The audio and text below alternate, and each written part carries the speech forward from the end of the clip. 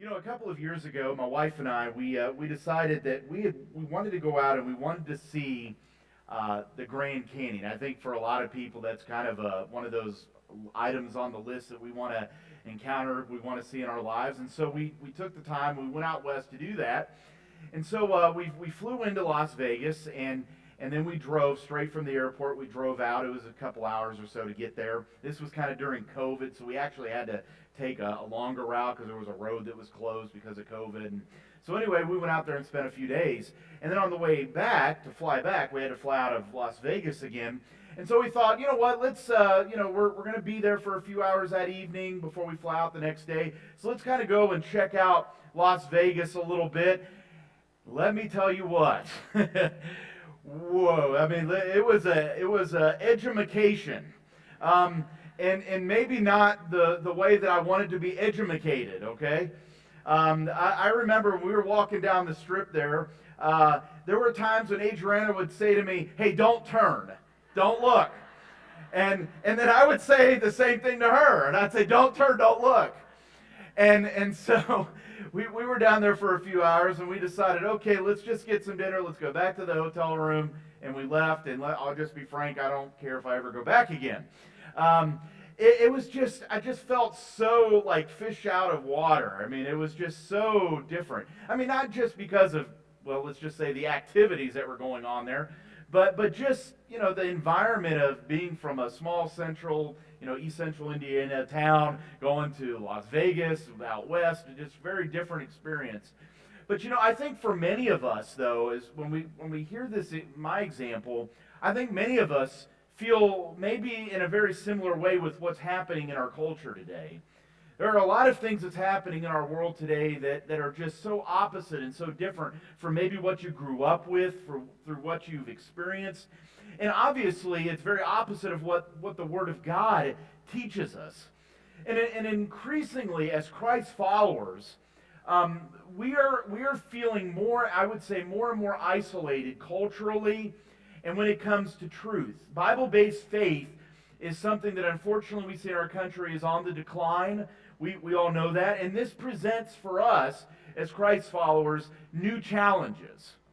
There are new challenges that confront us because I think we would all think that over our country's history, that Christianity, that the faith in Jesus has been a primary source of what's happened in our country. But that is just simply no longer the case. And so it presents to us challenges as to how we are going to face it. And so it begs this question that I'm going to hope to answer here, not just today, but throughout this series. What do we do when our faith is not the norm? Now, there's an argument to be said as to whether our faith was truly the norm in our country. There are some people would say that it is, that it has been. Some would say that it isn't. But that's not really where my focus is. I want us to think about where we're at now and moving forward. What does it look like for us to live a Christ-centered life in a world and in a culture that is so different?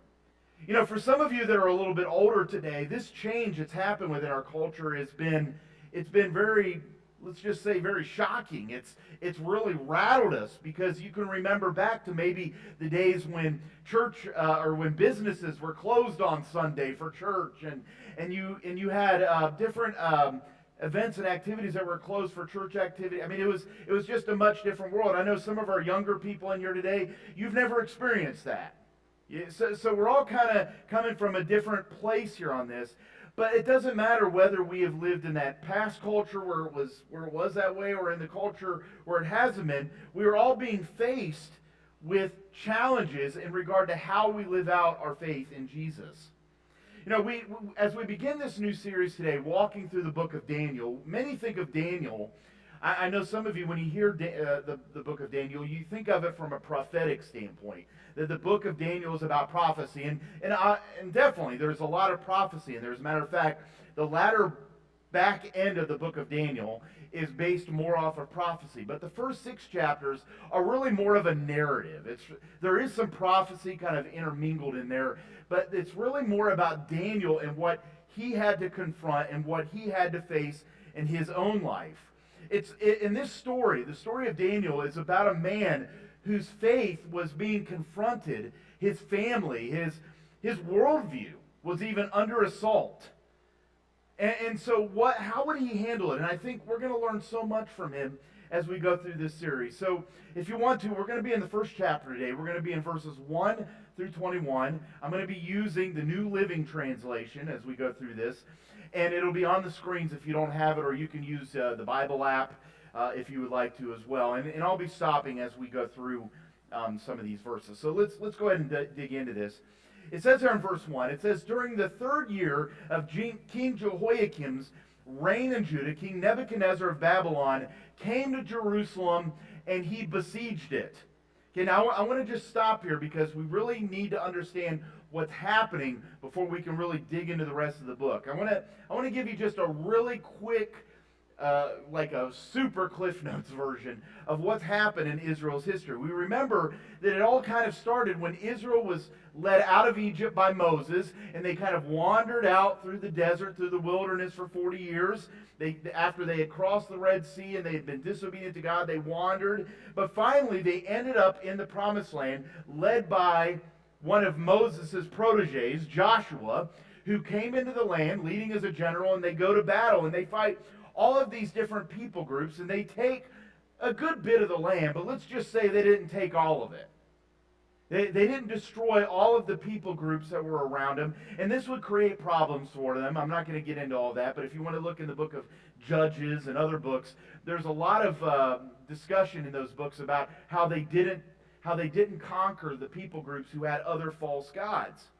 Well, eventually, as the judges led, and when you hear the word judges, we think of somebody in a courtroom, but that isn't the same concept that we see in the Bible. The judges were more like leaders. They were leaders of the country, and so they were regional leaders in most cases, and so they led, and then over time, though, the people started looking around, and they saw other kingdoms, and they thought to themselves, hey, we want to have kings just like the other kingdoms. And Samuel, one of the great prophets, said, you don't need that. God is our king. But they're like, no, we need a king. And so finally, God said, fine, I'll give them what they want. And they're going to have to learn this the hard way.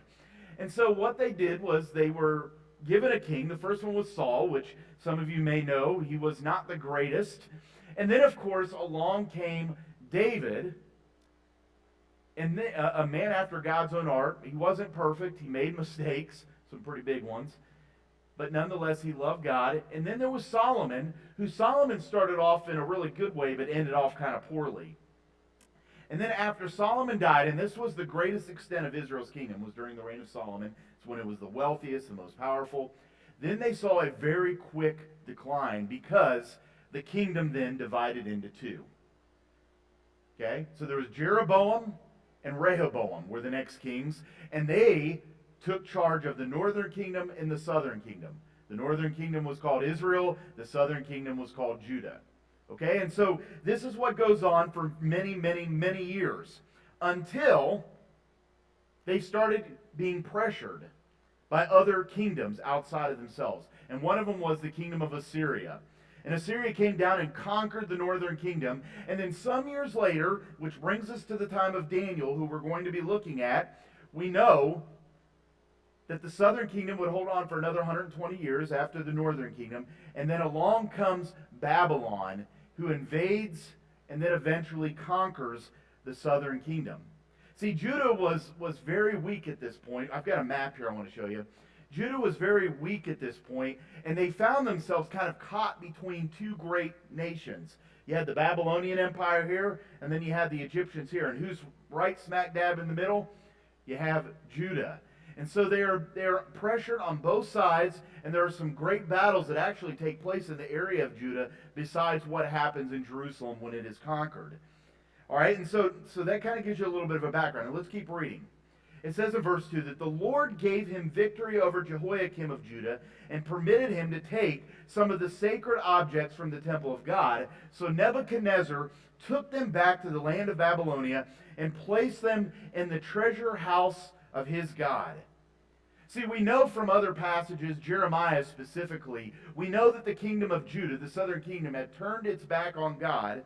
And so God allows the Babylonians to come in and to conquer them. And we see here that items from the temple after it had been destroyed, the items from the temple were then taken back to Babylon. Well, then, in verse 3, the king ordered Ashpenaz, his chief of staff, to bring to the palace some of the young men of Judah's royal family and other noble families who had been brought to Babylon as captives. And here's what he said. He said, select only strong, healthy, and good-looking young men. Make sure they're well-versed in every branch of learning, are gifted with knowledge and good judgment, and are suited to serve in the royal palace. Train these young men in the language and the literature of Babylon, and the king assigned them a daily ration of food and wine from his own kitchens, and they were to be trained for 3 years, and then they would enter the royal service. Now, it wasn't uncommon in that time, and Babylon was especially known for this, although some later kingdoms, such as Persia, also would employ this idea that when you would conquer a nation, you wouldn't just go in and kill everybody, because that's usually what we think of in the ancient world, but that's not always what happened. What they would do is they would go in and they would find the smartest and the brightest, and then they would train them. And that's exactly what happens here. Okay? See, these family members would be taken back to be assimilated into the Babylonian society. And see, this is how Daniel, as we're about to read, ends up in Babylon. Now, as we see here in this passage, assimilation included a lot of things. They were going to be assimilated in studying language, literature, math, history, agriculture, and architecture. And the goal, as we see, is to develop them into being advisors, high-level administrators within the Babylonian government. But the number one reason, the number one goal, the thing that they were trying to accomplish through this was to totally change the worldview of those whom they were indoctrinating. You could call it brainwashing if you want, and there was probably a part of that in this. But nonetheless, you were being brought back to Babylon to become like a Babylonian. And so we see here that Daniel, in verse 6, Hananiah, Mishael, and Azariah were 4 of the young men chosen, all from the tribe of Judah, and the chief of staff renamed them with these Babylonian names. Daniel was called Belshazzar, Hananiah was called Shadrach, Mishael was called Meshach, and Azariah was called Abednego. We're going to get into the latter 3 characters here later. But notice how all of their names were changed. Now, it wasn't enough for them to be assimilated in when it came to education and worldview. They wanted these men to be assimilated by their very identities and who they are. I've got a little chart here that shows you how they had changed this. This is from a professor that I had studied under when I was in school, and I thought this was really good. Because when you look here, what you see is you see these 4 men's names and what they meant. So you had Hananiah, means Lord is gracious. Not 100% sure what Mishael means, but Azariah, who is what God is. Daniel's the Lord is help, or God is my judge. So again, we see these are all names. The meanings are in reference to God. But now look what happens. The Babylonians say, no. That's not your God anymore. You're going to become like us. And so they changed their names, which means one of their false gods was Command of Aku. Another one, who is what Aku is? Servant of Nebu. May Balak protect. See, these names were changed to again, try to change and assimilate them into not only the worldview that the Babylonians had and the educational system that they had, but their religion as well. Okay, but look at verse 8. But it says, but Daniel was determined not to defile himself by eating the food and wine given to them by the king, and he asked the chief of staff for permission not to eat these unacceptable foods. See, Daniel was aware of what was happening here. He knew that they were trying to change his mindset, to try to make him assimilate into that culture and to not be connected with God. He knew what was coming, and the foods that they were giving him were ones that were considered unclean in the law. And also we know that these foods were often sacrificed first to these false gods. And then Daniel's like, I don't want to eat food that's been sacrificed to a false god. This is actually a situation that pops up again in the New Testament. So Daniel is really put in a pinch here. He is in the house of perhaps the most powerful man in the world at that time. And he has to ask himself, okay, am I going to assimilate and just go along with this, or am I going to hold on to what I know is true? Now look at verse 9, though. This verse right here, I think, is perhaps the key verse. And it's the one maybe we overlook in this book the most. Because we think of Daniel and the lion's den and Shadrach, Meshach, and Abednego. But look at this verse, because I think it's important for us moving forward. It says, now God had given the chief of staff both respect and affection for Daniel. Now this is an interesting insight. Because even in the middle of all this assimilation, and Daniel knew what they were trying to do to him, he knew that they were trying to change him, he still what? Showed respect and affection toward those who were trying to force him into being assimilated. I think this is key for us. This is really important for us. Okay, now let's keep reading. But he responded, I am afraid. This is the chief of staff. He says, I am afraid of the Lord my king, who has ordered that you eat this food and wine. If you become pale and thin compared to the other youths your age, I'm afraid the king will have me beheaded. So again, this is out of fear. We see that Daniel is being given love and affection, but we see that this servant is scared out of his mind of being beheaded by the king. So again, we see that fear has pervaded things. So the official resists. He's like, I'm not going to literally stick my neck out for you, okay? Yeah, that was good, wasn't it, Nancy? Nancy laughed at that, all right? Thank you, Nancy, for saving me on that. But he's like, he says, I'm not going to stick my neck out for you, okay? And then Daniel spoke with the attendant who had been appointed by the chief of staff to look after Daniel, Hananiah, Mishael, and Azariah. Please test us for 10 days on a diet of vegetables and water, Daniel said. And at the end of the 10 days, see how we look compared to the other men who are eating the king's food, and then make your decision in light of what you see. So the attendant thought, okay, that makes sense. And so he agrees to Daniel's suggestion, and he tests them for 10 days. So Daniel thought, and we can see his wisdom here, he thought, you know what, I'm not going to give in to the fear of what could happen. I'm going to present a plan that will enable me to prove to the king, to prove to the attendant here, the chief of staff, that God is going to take care of me. And so that's what he does. He says, I'm not going to eat food that was sacrificed to false gods. I'm not going to eat food that's outside of the law. Rather than dictate what he would do, he wanted to test it for everybody to see. He wanted them to see this for themselves. Well, look at verse 15. It says, at the end of 10 days, Daniel and his 3 friends, they looked healthier and better nourished than the young men who had been eating the food assigned by the king.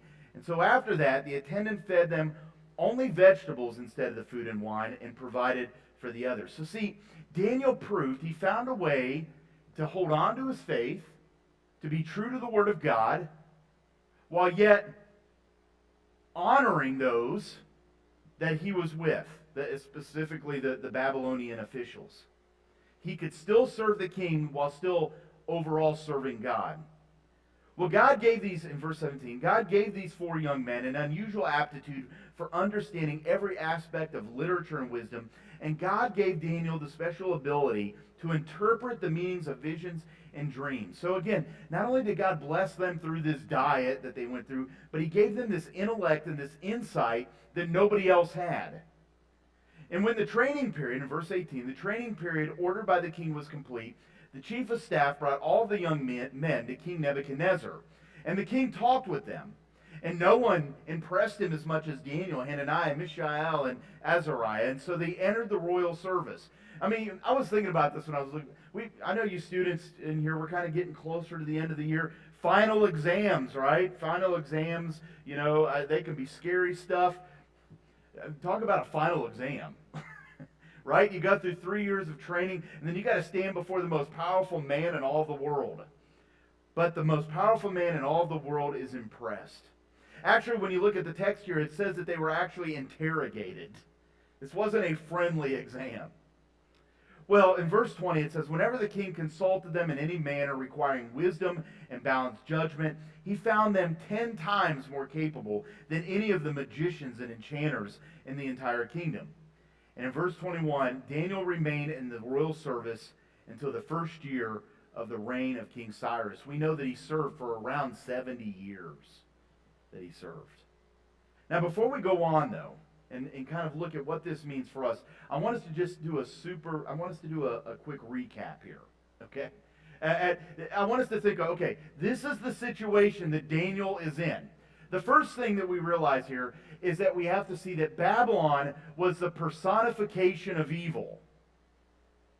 Babylon represented everything that the scripture would say is evil. As a matter of fact, if you go all the way to the end of the Bible, in the book of Revelation, Babylon is referred to. Look what it says in Revelation 18. It says, "Then I heard another voice calling from heaven, 'Come away from her, my people. Do not take part in her sins, or you will be punished with her. For her sins are piled as high as heaven, and God remembers her evil deeds. Due to her, she has done to others. Double her penalty for all her evil deeds. She brewed a cup of terror for others, so brewed twice as much for hers. She glorified herself and lived in luxury, so match it now with torment and sorrow. She boasted in her heart.'" Look at this, and we get an idea here of where their hearts were at. Look what it says. "I am queen of my throne. I am no helpless widow, and I have no reason to mourn." We can feel the pride there.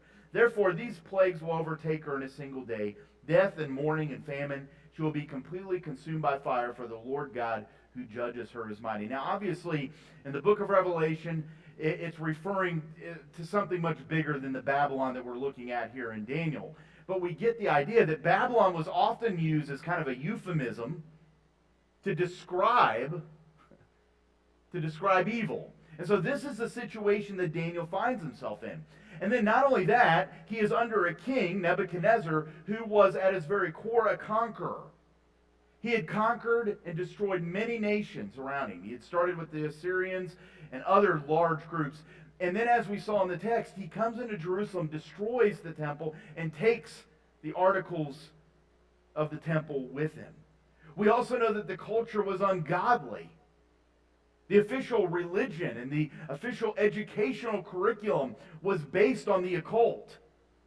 It was based on false gods. Assimilation in this situation was not suggested. Assimilation was required. There was no choice. You must be assimilated into the culture. And so Daniel, he's presented with this huge dilemma. He has this great dilemma. What was he going to do? I mean, and think about where he was at. He had been kidnapped away from everything that he had always known. He was taken away from his homeland. He was taken away from much of his family. He was taken away from the culture. Everything was so different for him. And then something else that the text doesn't really talk about, but we know from outside sources, is that officials in the Babylonian kingdom also had to be castrated. I'm not going to go any further than that, all right? We also have seen here that his name had been changed in order, in effect, to honor Satan, right? A false god. He was forced to study the occult. He was forced to serve an evil king. Think about it. The very king that had killed many of his countrymen and probably some of his own family members. Because we know that he was from the royal family. So some of his own family members had been killed by this king. Think of being in that situation, a situation like that yourself. Now, I know us here today, we've never been confronted with something maybe remotely like what Daniel has gone through. But nonetheless, there are some aspects of Daniel's story as we're going to go through it over these next few weeks that's going to really challenge us to think about how we confront the situation that we are in today. I mean, how did Daniel, with everything that he was confronted with, how did he remain joyful? How did he remain even optimistic? How was he even loved and respected by those that we would probably think were his enemies? How was he able to do that? And I think it comes down to this, and this is my point for today, is that the right frame of mind overcomes challenging surroundings. He had decided that he was going to go into this situation not with anger, not with a feeling of revenge, because I probably would have a little bit of a feeling of revenge if they had killed some of my family members. He decided that he wasn't going to allow that hatred and that vitriol to kind of grow in his heart, but that he was going to approach this situation differently. See, Daniel knew that he couldn't change the situation. but he could control what was going on in his heart and in his mind. He couldn't control what Nebuchadnezzar was going to do, but he could control what he was going to let in to his heart and his mind. And you know what? For you and me today, that's no different. It's no different for us today. You might not be able to, we might not be able to control the culture and what's going on around us. You may not be able to control the things that are going on in your family. You may not be able to control, maybe you're being confronted with health issues in your life right now. There may be some things happening at school that you have no control. There's a lot of things in life that we don't have any control over, but we can approach those things in our lives if we have a godly mindset. Because, see, we have to prepare our minds for this. See, preparation sets you up for long-term success. We have to prepare ourselves. I wish I could say to you today that I think our culture is going to get better when it comes to following God. It's probably not. I wish I could say that persecution is going to lessen for us who follow Jesus in the future. That's probably not going to be the case. So right now is the time, I believe, for us to be prepared and to start readying ourselves for what is yet even to come.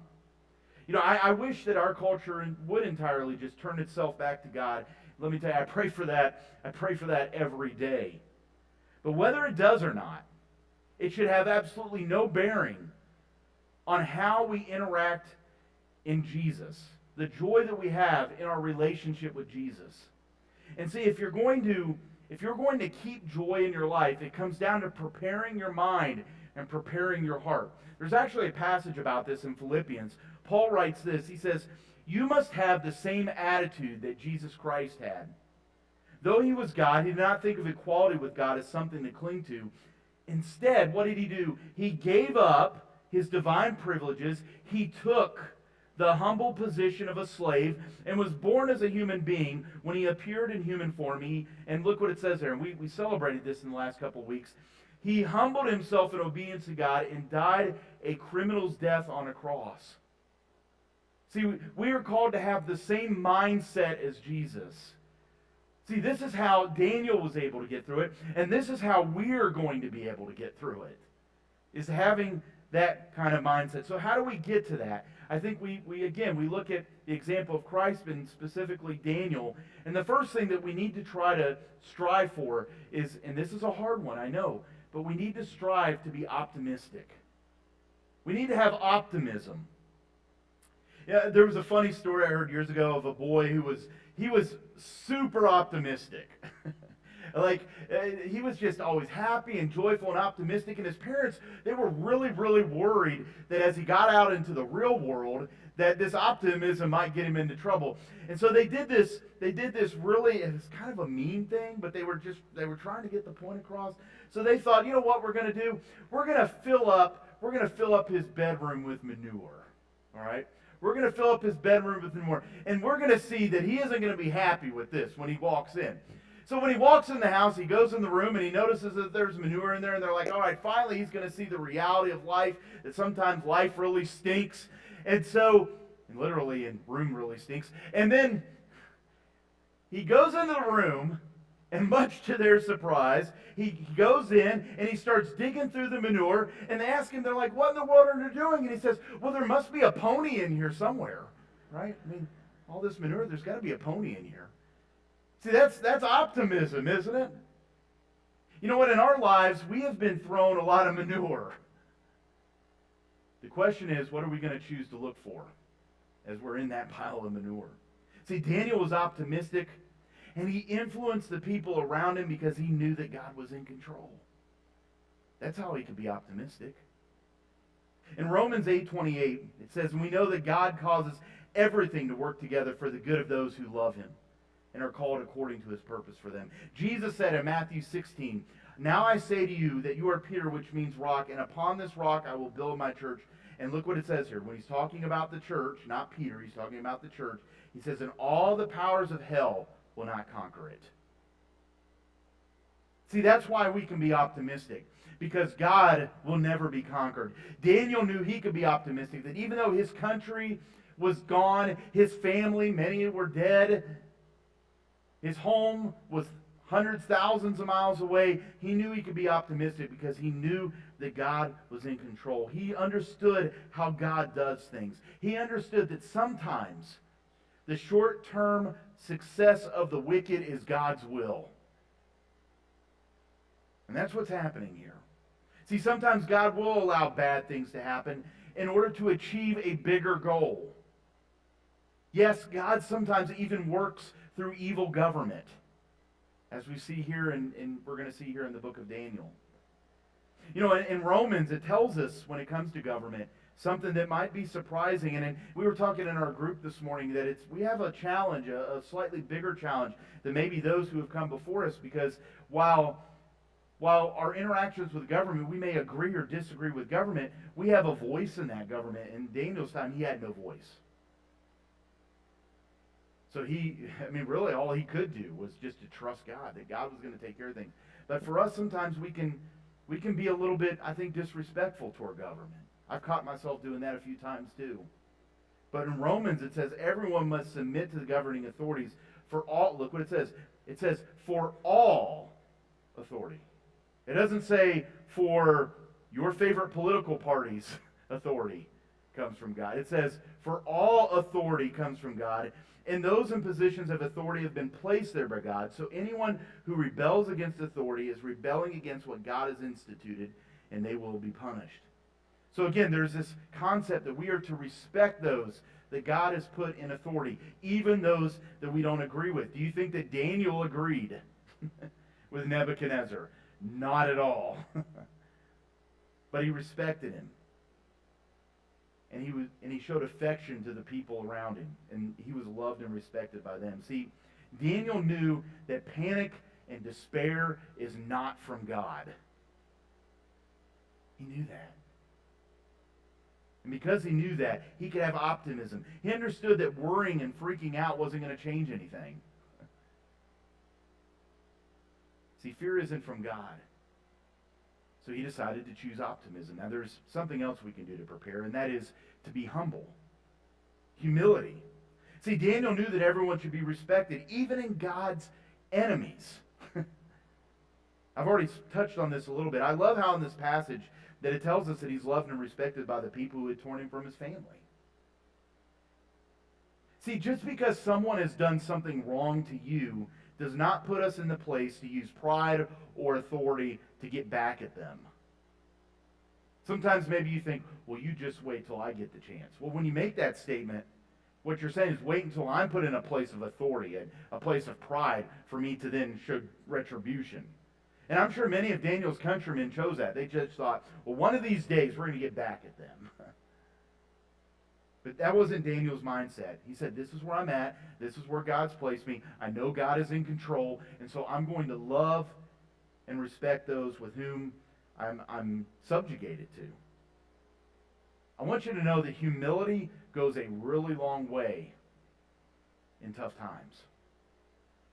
If we are humble and we trust God, it makes it easier to go through tough times. In 2 Timothy, it says this: a servant of the Lord must not quarrel, but must be kind to everyone, be able to teach, and be patient with difficult people. Gently instruct those who oppose the truth. I love how he says that. Gently instruct those. Perhaps God will change those people's hearts, and they will learn the truth. Then they will come. They will come to their senses and escape from the devil's trap, for they have been held captive by him to do whatever he wants. That's so important. So important. Humbly teach. Humbly love. Humility brings us a long way. You know, a concern that I have for Christ followers is that we're not returning evil with good, but with more evil. I see it on social media. We'll see something on there, and then some of the responses, it's just mind-boggling to me. That's not of God. If Daniel had social media in that time, he would not be going off on the Babylonians. Now, obviously, his life would probably be on the line if he did that. But he wouldn't have done that as well, because that is not what God would want him to do. He wouldn't be in the case of returning evil with more evil, but instead with good. So again, be humble. Now, one more thing, and that is to be wise. See, Daniel knew that there's a big difference between what we don't like and what God forbids. There were a lot of things that Daniel didn't like about the culture of Babylon, but he didn't hold that against them because it wasn't necessarily things that God had forbidden. Now, there were some things that were forbidden, like we have already seen when it came to food. But there were other things that Daniel's like, there's something I can learn here. It's not something that's forbidden. You know, I can remember when I was, some years ago, I had kind of this view when it came to alcohol. Now, I know some of us in here, we've got different views on alcohol. I get that. But there is not a direct teaching in the scripture to abstain from alcohol. But I used to think when I was younger that if anybody drank that they were just like evil, like they were bad. I've learned that the scripture, so again, there's a difference between what God directly forbids, okay, and those things where God says, or where God doesn't speak. So again, wisdom, when we're talking about wisdom, wisdom doesn't come from us. So I think it's important for us to then think, okay, what do I believe? Why do I believe it? And where is that coming from? Wisdom comes from God. Steer clear. Be very careful of your opinion. Be very careful of your politics. Focus on what God says. I know this is a challenge, but it's an important one. Because if we're going to prepare ourselves for what I think is still to come, this is going to be really, really important.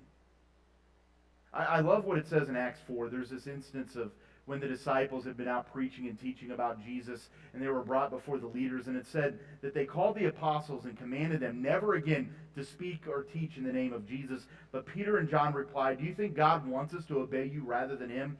We cannot stop telling about everything we have seen and heard." See, that is something that God has directly called us to do. He has called us to share the name of Christ. And we will do that. That is something he has commanded us. Again, that is something from God, and we will not back down.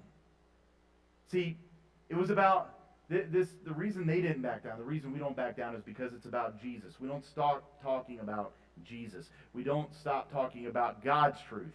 But be very careful when it comes to your own opinions. Daniel was very aware of that. So here's my challenge for us, is to take away those things that add to worry and replace it with that which brings peace. See, to begin this process, it starts with the three things Daniel did. We have to be optimistic and know that God is in control. We're humble and know that we can't control as much or really anything of what you think you can. And we have to use wisdom and consider what it is that Jesus would do.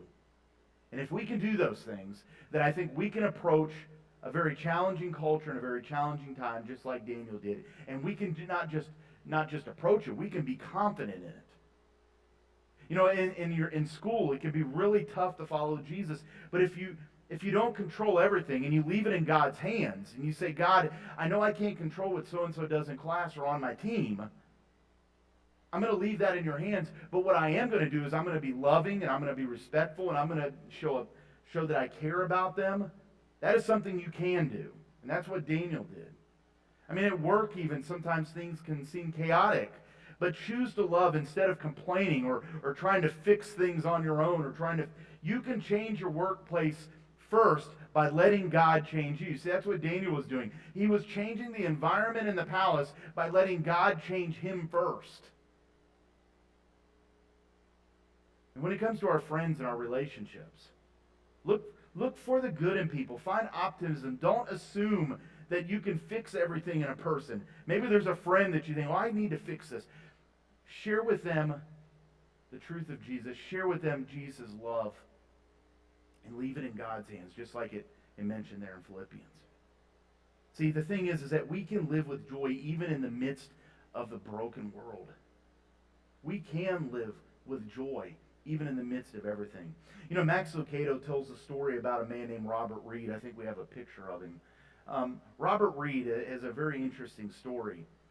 He once said, he says, I have everything I need for joy. See, Robert Reed's hands are twisted and his feet are useless. He couldn't bathe himself. He couldn't feed himself. He couldn't brush his teeth, comb his hair, or put on his underwear even. Strips of Velcro held his shirts together. His speech, whenever he would talk, he would just kind of drag on. It was like a worn out like old audio cassette. I mean, it just, because see, Robert has cerebral palsy. The disease kept him from driving a car, riding a bike, going for a walk, but it didn't keep him from graduating from high school or attending Abilene Christian University, from which he graduated with a degree in Latin. Having cerebral palsy didn't keep him from teaching at St. Louis Junior College or from venturing overseas on 5 different mission trips. Robert's disease didn't prevent him from becoming a missionary in Portugal. He moved to Lisbon, Portugal alone in 1972. There he rented a hotel room and he began studying Portuguese. He found a restaurant owner who would feed him after the rush hour and a tutor who would instruct him in the language. And then he stationed himself in a park where he distributed brochures about Jesus. Within 6 years, he had led 70 people to Christ, and one of them was this lady here with him, his wife, Rosa. Max Lucado said that I had heard Robert speak recently, and I watched other men carry him in his wheelchair and put him on the platform, and I watched them lay a Bible in his lap, and I watched his stiff fingers open the pages, and I watched people in the audience wipe away tears of admiration from their faces. Robert could have asked for sympathy or pity, but he did just the opposite. He held his bent hand up in the air and he boasted, "I have everything I need for joy." And I like how Lucado ends the story. He says, his shirts are held together by Velcro, but his life is held together by joy. See, that was Daniel's story as well. And that can be our story too. That even when the world seems to fall apart, God, He can hold us together. We can thrive in Babylon because God is there. God is here. So again, things are going to be hard. They're going to be tough. But we will thrive. We can thrive because God is with us.